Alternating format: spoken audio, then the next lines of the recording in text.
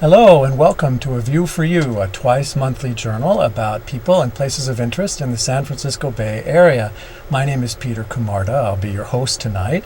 We're broadcasting to you live on the Comcast public access station, Comcast 76, AT&T 99, and Astound Channel 30. Tonight I have a guest who has written several books about wheelchair access and handicapped access to parks and trails and recreation areas in the Bay Area. I'm very happy to have with me tonight Bonnie Lewkowicz. Good evening. Welcome. Thank you for coming on the show. So we're just going to talk a little bit about your work and the books that you've put together and some of the opportunities that are out there for people that they might not know about. I guess we could start by showing people your one of your books. This one is called, there we go, The Wheelchair Rider's Guide. And how long ago was it that you wrote that one? Well, how long ago did it get published, or how long ago did I start writing it? Tell us the whole story, Bonnie. We want to know. Inquiring minds want to know. I've lost track, but I started 5 years ago. It took 3 years to write, and it was actually published 2.5 years ago, I think. And it was a book that was funded by the California Coastal Conservancy. And what is the process of writing a book like that like? What are the steps that you had to go through to put that together? Well, it wasn't my project, so I at least didn't have to come up with the initial idea. So I pretty much kind of followed a format, but it involved doing a lot of internet searching for places that might have wheelchair accessibility and working with the Coastal Conservancy on projects that they had funded previously that they knew were accessible. And so there was a lot of research involved, and usually I would go out to a place and either find that my research was to no avail or I would find that it was, really limited information out there, and I found so much more when I would get to a place. So then I would go do a site inspection survey. I call it more of an inventory, just taking task of what's out there, and then write about it, and then I'd go through an extremely lengthy editing process. I had editors. I kind of say that they actually wrote the book, and then we would send the information to the managing agencies for that particular park or trail to make sure that we had the information correct. Then we would have another person go out there that wasn't associated with the project with the review in hand and make sure that what we actually said was what they found. And if there were any corrections, then that would be done, and then it went to print.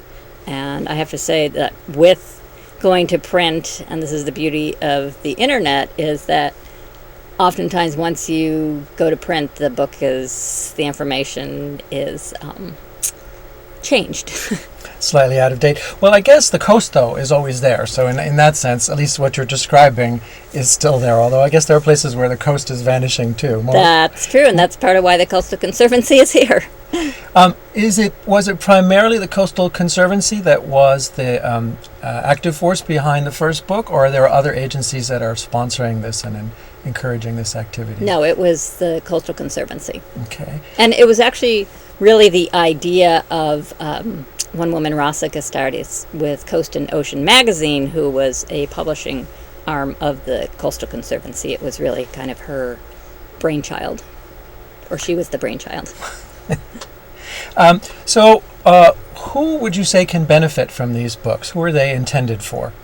Well, it was really written with the person who uses a wheelchair. That's who was the intended audience. But then again, you have all the people that might go with that person. And what I have heard is that it really is for anyone that wants a relatively easy, level kind of walk. Not necessarily a short one. There's some long ones in there as well. So I have heard from people that have had knee surgery, people that push strollers, people that senior citizens that don't necessarily consider themselves disabled but don't want to do the hills. Really anyone.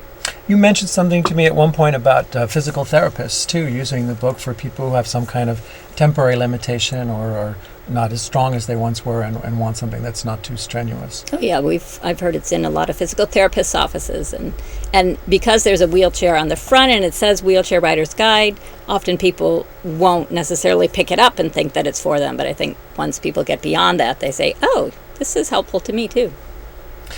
What would you say are the things that people most need to look out for when they go out to these places? What kind of preparation do they need to do to use the guide well?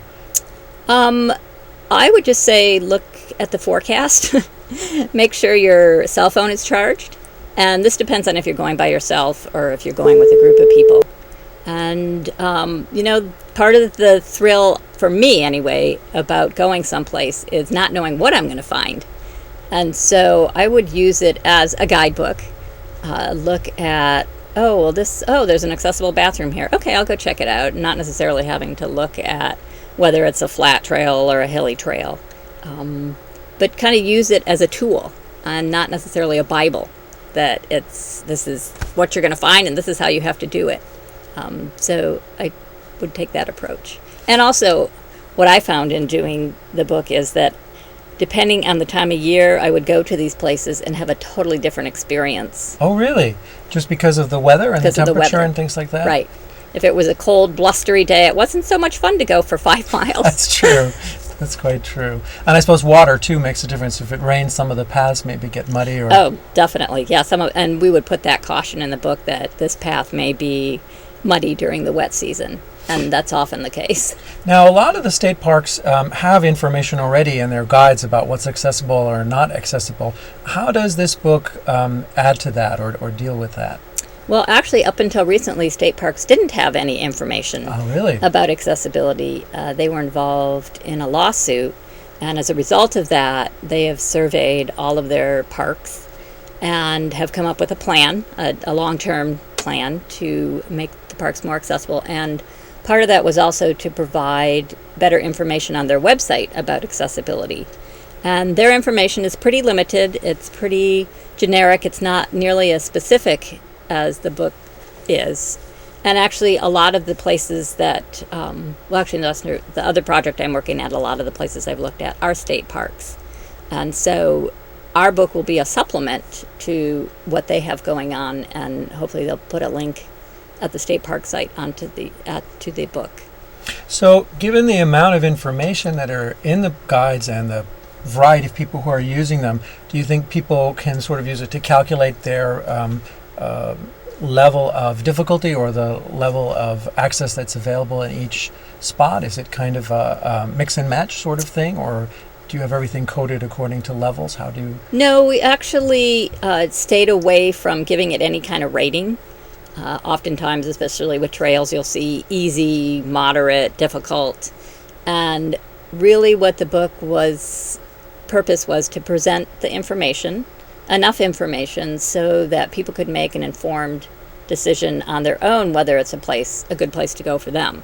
Because if I were to say that something is really accessible, it may not be really accessible to someone else. Someone else that, is walking with difficulty might want benches along the way.